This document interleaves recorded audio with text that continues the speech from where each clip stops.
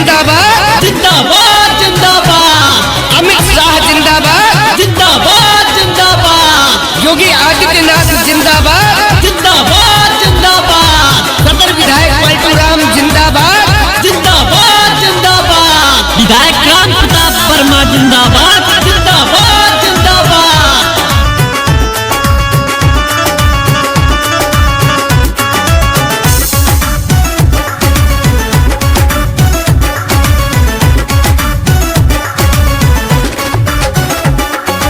उतरौला विधानसभा के आयल है चुनौआ, जीताए दियो चाची, जीताए दियो चाची, जीताए दियो चाची।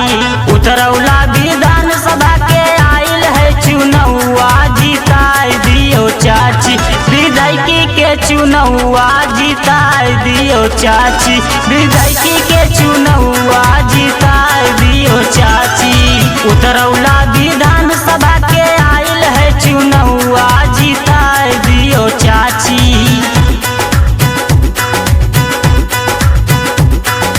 उतरौला विधानसभा के आयल है चुनौआ, जीताए दियो चाची। विधायकी के चुनौआ, जीताए दियो चाची। विधायकी के चुनौआ, जीताए दियो चाची। नरेंद्र मोदी जिंदाबाद जिंदाबाद जिंदाबाद। अमित शाह जिंदाबाद जिंदाबाद जिंदाबाद। योगी आदित्यनाथ जिंदाबाद जिंदाबाद जिंदाबाद। सदर विधायक पलटू राम जिंदाबाद जिंदाबाद जिंदाबाद। विधायक राम प्रताप वर्मा जिंदाबाद जिंदाबाद जिंदाबाद।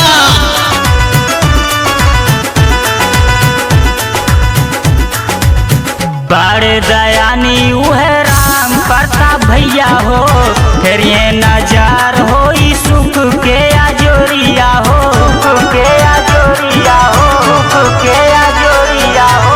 बड़े दयानी उहे राम प्रताप भैया हो, फिर ये नजार हो सुख के अजोरिया हो। 2022 में के हुकना लगी दऊआ, जीताए दियो चाची, जीताए दियो चाची, जीताए दियो चाची। 2022 में के हुकना लगी दऊआ, जीताए दियो चाची।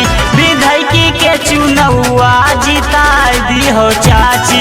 विधायकी के चुनौआ, जीताए दियो चाची। नरेंद्र मोदी जिंदाबाद जिंदाबाद जिंदाबाद। अमित शाह जिंदाबाद जिंदाबाद जिंदाबाद। योगी आदित्यनाथ जिंदाबाद जिंदाबाद जिंदाबाद। सदर विधायक पलटू राम जिंदाबाद जिंदाबाद जिंदाबाद। विधायक राम प्रताप वर्मा जिंदाबाद जिंदाबाद जिंदाबाद।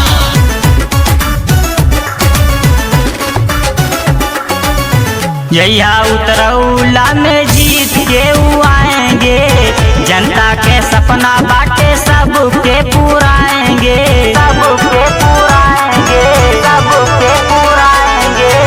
जहिया उतरौला में जीत के आएंगे, जनता के सपना बाटे सबके पुराएंगे। वकील बेदर्दी विजय प्रदीप राहुल है गौआ, जीताए दियो चाची, जीताए दियो चाची, जीताए दियो चाची। वकील बेदर्दी विजय प्रदीप राहुल है गौआ, जीताए दियो चाची।